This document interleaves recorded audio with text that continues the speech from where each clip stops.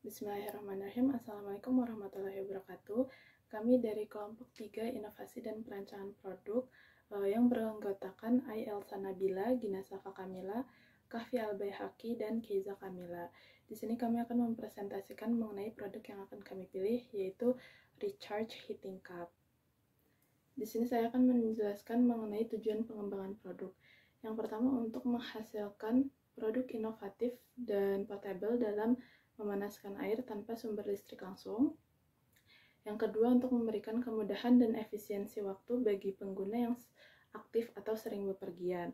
Yang ketiga, meningkatkan kenyamanan dalam gaya hidup modern dengan penggunaan teknologi hemat energi.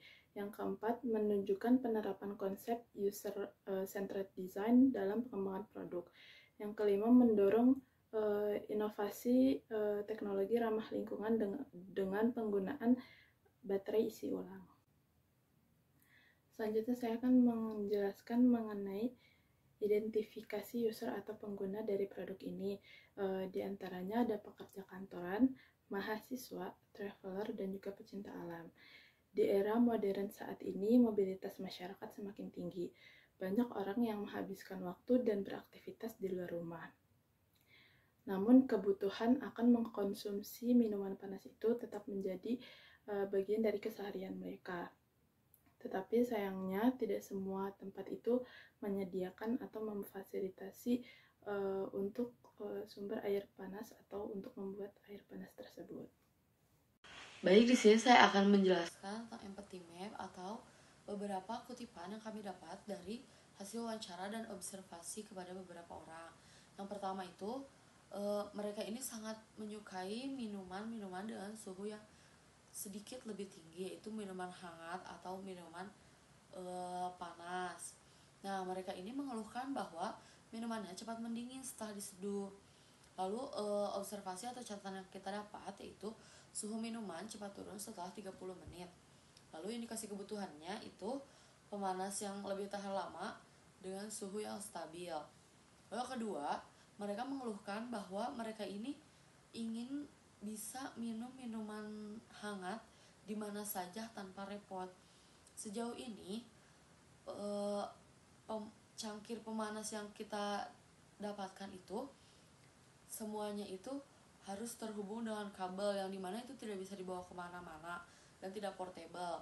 Lalu kita observasi dengan catatan butuh port charging universal dan indikasi kebutuhannya itu portabilitas dan daya fleksibel.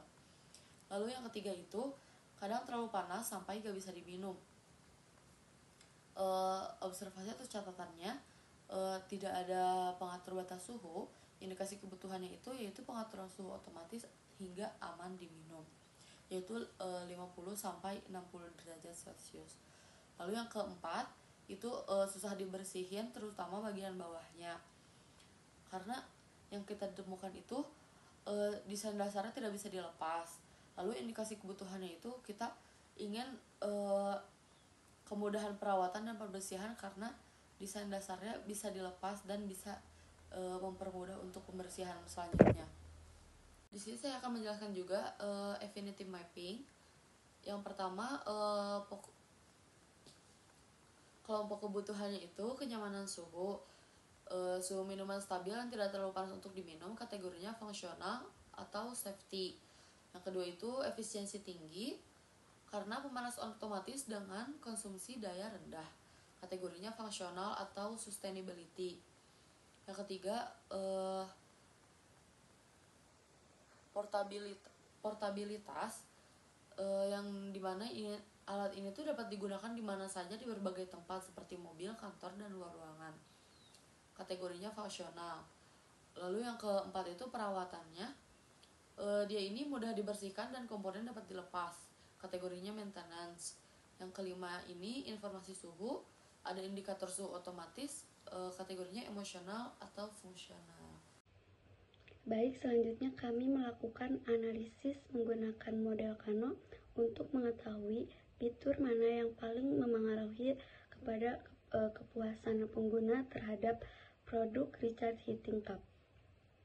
Melalui hasil wawancara yang telah kami lakukan, kami menemukan beberapa fitur utama, yaitu yang pertama, pemanas otomatis dengan suhu stabil itu masuk ke dalam kategori performance, yang artinya semakin baik performa pemanasnya, maka semakin tinggi kepuasan pengguna. Karena fitur ini memberikan nilai tambah dan membuat pengguna merasa lebih nyaman. Dari hasil ini, kami bisa tahu bahwa fokus utama pengembangan produk ini ada pada keamanan, efisiensi pemanas, dan kemudahan pengguna. Sementara itu, fitur menarik seperti indikator suhu digital itu menjadi nilai jual tambahan. Berdasarkan hasil analisis sebelumnya, kami kemudian merumuskan Customer Requirement Statement, yaitu pernyataan kebutuhan pengguna dalam bentuk deskriptif. Dari sisi keamanan, pengguna mengharapkan cangkir ini memiliki pengatur batas suhu otomatis supaya aman disentuh dan tidak menyebabkan minuman itu terlalu panas. Selain itu, pengguna menginginkan pengisian daya yang fleksibel melalui port USB universal serta komponen yang mudah dilepas dan dibersihkan agar perawatannya itu praktis. Intinya, pengguna ingin produk yang efisien, aman, dan praktis sehingga mereka dapat menikmati minuman hangat dimanapun, kapanpun tanpa repot. Sekian dari penjelasan saya, mungkin selanjutnya akan dijelaskan oleh rekan saya.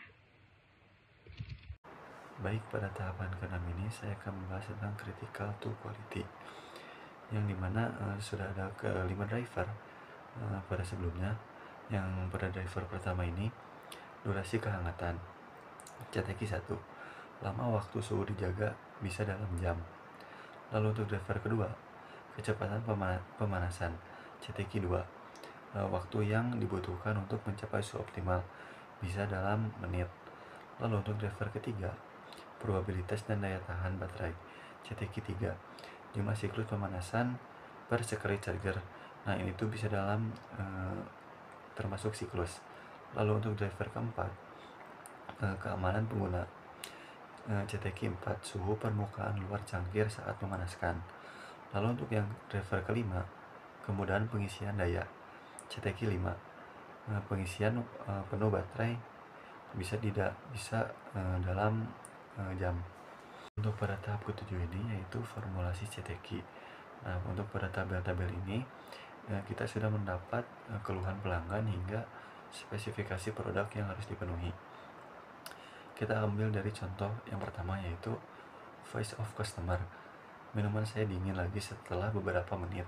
Nah, dengan gini kita mendorong teknisi untuk menambah durasi kehangatan kita atau bisa memperpanjang durasi hangatnya tersebut. Nah, kita akan mengambil dengan suhu durasi per jam. Nah, lalu untuk yang terpenting yaitu target dan toleransi. Nah, kita menetapkan target yang sangat spesifikasi, yaitu kurang dari 2 jam untuk 5 derajat dari suhu target. Ini berarti produk harus mempertahankan suhu dengan maksimal 5 derajat Celcius selama minimal 2 jam.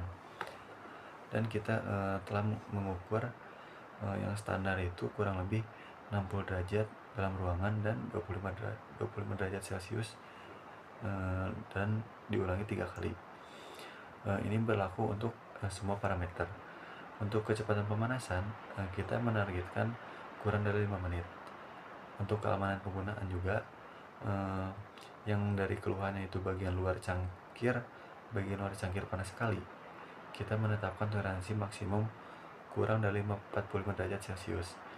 Di titik terhangat, diukur dengan thermal gun pada 5 titik yang berbeda.